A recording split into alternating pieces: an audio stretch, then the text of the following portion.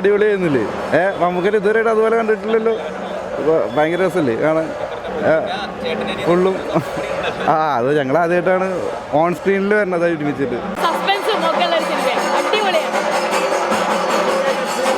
മമ്മൂട്ടിയായിട്ട് experience പറഞ്ഞാൽ അടിപൊളിയായിരുന്നു. എനിക്ക് ഇതിലുണ്ട് 1-2 സീൻ കോമ്പിനേഷൻ സീനുകളുണ്ട്.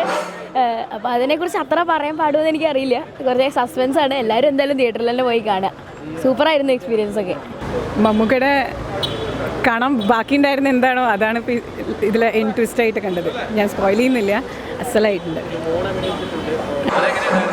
അത് സ്വാഗായിരുന്നു, റൈറ്റ് വേർഡ്.